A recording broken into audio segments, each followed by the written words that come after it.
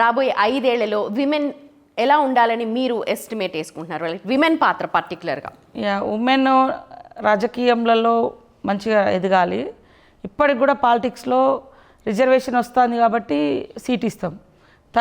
కానీ వాళ్ళ వెనుక మొత్తము భర్తలే, వెనుక కాదు ముందట పెత్తనం అంతా. వెనుకుంటే ఏం కాదు, ముందటంతా వాళ్ళదే ఉంటుంది. సో అది తగ్గించాలి. ఎందుకంటే స్వతంత్రంగా ఎదగాలి. రేపు రాబోయే కాలంలో ఎక్కువ సీట్లు మహిళలకు చట్టసభలలో కూడా వస్తుంటాయి. కాబట్టి నువ్వు ఊర్లో అంటే సర్పంచ్ పదవి అంటే లేదా జెడ్పీటీసీ ఎంపీపో ఆ పదవి వరకు చేయగలుగుతావు.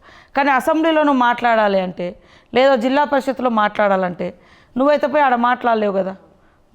కాబట్టి మహిళలకు స్వతంత్ర నిర్ణయాలు తీసుకునే అధికారం రావాలి. చట్టసభలలో కూడా వాళ్ళ పాత్ర పెరగాలి.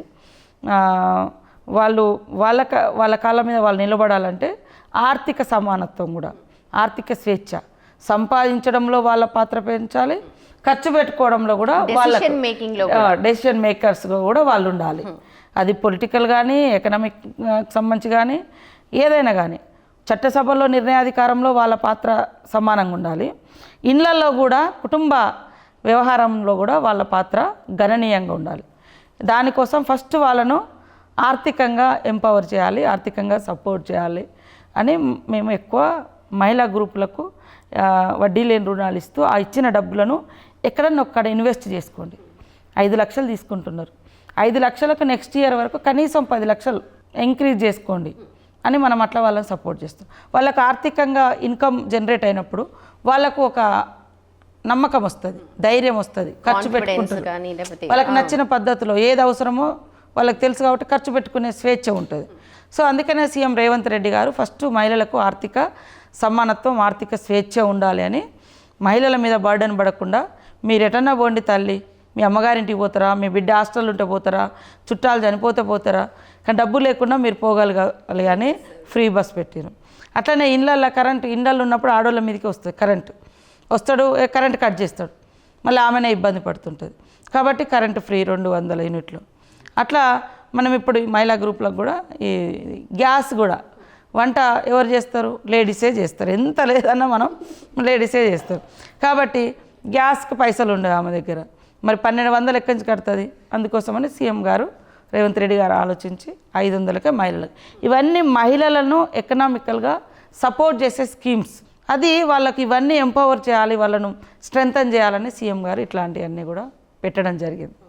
ఇంత స్ట్రాంగ్గా మాట్లాడుతున్నారు, ఐరన్ లేడీ ఆఫ్ తెలంగాణ ఉంది, కానీ మీలో కూడా చాలా ఎమోషన్స్ మేము చూసాం. ఎందుకంటే ఆదివాసీలకు ఏమైనా జరిగినా లేకపోతే మీ దగ్గర ఉన్న బంధువులు ఏమైనా జరిగినా మీరు వెంటనే చాలా ఎమోషనల్ అయిపోతున్నారు. అంటే నేను పొలిటికల్ డెసిషన్స్లో స్ట్రాంగ్ ఉంటా, కానీ మానసికంగా చాలా అంటే డెలికేట్గా ఉంటా. అంటే మనసుకు సంబంధించి చాలా సున్నితం. కానీ పొలిటికల్ డెసిషన్స్ తీసుకున్నప్పుడు నిభాయించుకుంటా. నేను మీరు అన్నట్టు ఇంతకుముందు చెప్పిన ఎమోషనల్గా ఫీల్ అయ్యి అది ఎక్కడికో దారితీసి మన జీవితాన్ని మళ్ళీ 1000 అడుగుల కిందికి పోకుండా కనీసం అక్కడ స్టాండ్ అవుతాం. ఎస్, కొద్ది ఓపిక పడదాం అనేది అది ఇక్కడ వరకు తీసుకొచ్చింది ఆ ఓపిక అనేది. ఇప్పుడు మీరు మాట్లాడారు కాబట్టి ఈ సోషల్ పోస్ట్లు ఏవైతే ఉన్నాయో, సోషల్ మీడియా విపరీతంగా ఉంది, ఇప్పుడు మీరే అంటున్నారు, చూస్తూ ఉంటాం, వాటి గురించి మనకు అనిపిస్తుంటుంది, బాధేస్తుంటుంది నిజంగా మనం చేయకపోయినా సరే. ఎలా చూడాలి? మీ పొజిషన్లో ఉన్న వ్యక్తులు వాటిని 100 మంది మాట్లాడుతున్నారు, మనం ఇగ్నోర్ చేసినా సరే దాన్ని 10 మంది మనకు మాట్లాడుతూ ఉంటారు. మనము మన పెద్దవాళ్ళు కానీ మనం కానీ అందరూ మనకు చెప్తుంటారు, దారెంట పోతుంటే కుక్కలు మురుగుతాయి, అన్నిటికీ జవాబు చెప్పాలని. కానీ ఆ కుక్కలే ప్రైమరీ అయిపోయింది, ఇప్పుడు ప్రయారిటీ అయిపోయింది. ఇప్పుడు అంటే ఎటు పోయినా అదే అడ్డం వస్తుంటుంది. ఈ ప్రతి స్టెప్లో మనం ఏదో మంచి ఫేస్బుక్ చూద్దాము, లేకుంటే ఏదైనా ట్విట్టరు పొలిటికల్ చూద్దాము, లేదా మంచి మెసేజ్లు ఏమన్నా ఉంటాయా అని చూద్దాం అనుకుంటే ఇవే వస్తాయి. అసలు చూడాల్సింది చూడడం, నేర్చుకోవాల్సింది చూడడం. యూట్యూబ్ ఆన్ చేస్తానో లేకుంటే ఏదన్నా సెల్ ఆన్ చేస్తానో ఇవే వస్తాయి. ఆటోమేటిక్గా అట్లా పడిపోతాం. అరే అని కొద్దిసేపు మనసు చివిక్కుమంటుంది. నేను ఏ విషయంలో ఎక్కువ మంది దగ్గర నుంచి నేర్చుకోలే, కానీ సోషల్ మీడియా విషయంలో నువ్వు పట్టించుకోకక్క అని ఇది బాగా నాకు చేస్తారు. పట్టించుకోవద్దంటే ఎక్కువ పట్టించేస్తున్నారా? అంటే ఫీల్ అవుతారు, ఏదన్నా వచ్చింది చూడండిరా బాబు ఇదేదో పెట్టిరని. పట్టించుకోవద్దక్క, మనలాంటి వాళ్ళం పోతా ఉంటే కుక్కలు మురుగుతాయి అక్క అంటారు, నాకు చెప్తుంటారు పాపం మనోళ్ళు. అంటే నన్ను కొంత లాస్ట్ ఎలక్షన్స్ ముందు నేను సిన్సియర్గా చేసిన వర్క్ను కూడా ఎలక్షన్ల కోసం దాన్ని బ్లేమ్ చేశారు. నేను ఈ వర్క్ చేసినా నేను ఎప్పుడూ క్లెయిమ్ చేసుకోవాలి. జస్ట్ మేము ఏం పని చేస్తామో మా పిల్లలు రోజు కార్యక్రమాలు పెడతాం, అప్లోడ్ చేస్తాం, మా డ్యూటీ అది. ఇట్లాంటి చెప్పుకోవడంలో తప్పు లేదు కదా. దాన్ని కూడా వాళ్ళు రకరకాలుగా అయినప్పుడు మన పిల్లలు నాకు అదొక చెప్తాడు, పట్టించుకోవద్దక్క అని. సీతక్క గారు, మీరు నార్మల్గా దింసా డాన్స్ కావచ్చు, లేకపోతే ఏదైనా డాన్స్లు మీరు ట్రైబల్ ఏరియాస్ కూడా చేస్తుంటారు, కానీ పాటలు కూడా బాగా పాడతారు అని, హమ్ చేస్తారు అని చెప్పి విన్నాం. సో మా ప్రేక్షకుల కోసం ఒక చిన్న లైన్ ఏదైనా పర్లేదు, ఏదన్నా. ఆ చల్లని సముద్ర గర్భం దాచిన బడబానలమెంతో, ఆ నల్లని ఆకాశంలో కానరాని భాస్కరులెందరో,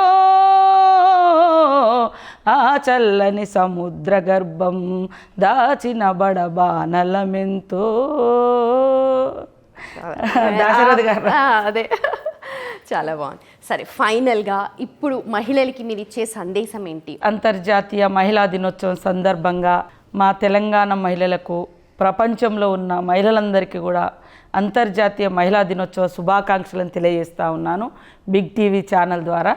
ముఖ్యంగా మహిళలు తరతరాల అణచివేత నుంచి ఆత్మగౌరవంతో తలెత్తుకొని ఇన్నాళ్ళ తర్వాత బతుకుతూ ముందుకు వస్తూ ఉన్నాం. ఈ క్రమంలో ఎక్కడా కూడా ఏ చిన్న పెద్ద వివక్షత కానీ అణచివేత కానీ ఎదురైనప్పుడు మానసికంగా కుంగిపోకుండా ఆ యొక్క సమస్యను, ఆ యొక్క ఇబ్బందులను, ఒక సంక్షోభం వచ్చినప్పుడు ఛాలెంజ్గా తీసుకుంటేనే నీ క్వాలిటీస్ బయటకు వస్తాయి. పొలిటికల్ అయినా, అది ప్రొఫెషన్ అయినా, అది వంటగది అయినా, అది యాజ్ ఏ ఇంట్లో ఉమెన్ అయినా లేదా స్టూడెంట్ అయినా, ఛాలెంజ్, సంక్షోభం మనం ఒక ఛాలెంజ్గా తీసుకొని దాన్ని ఓవర్కమ్ చేయాలి అనే ఛాలెంజ్తో పనిచేయండి. తప్పకుండా లైఫ్లో సక్సెస్ కాగలుగుతారు.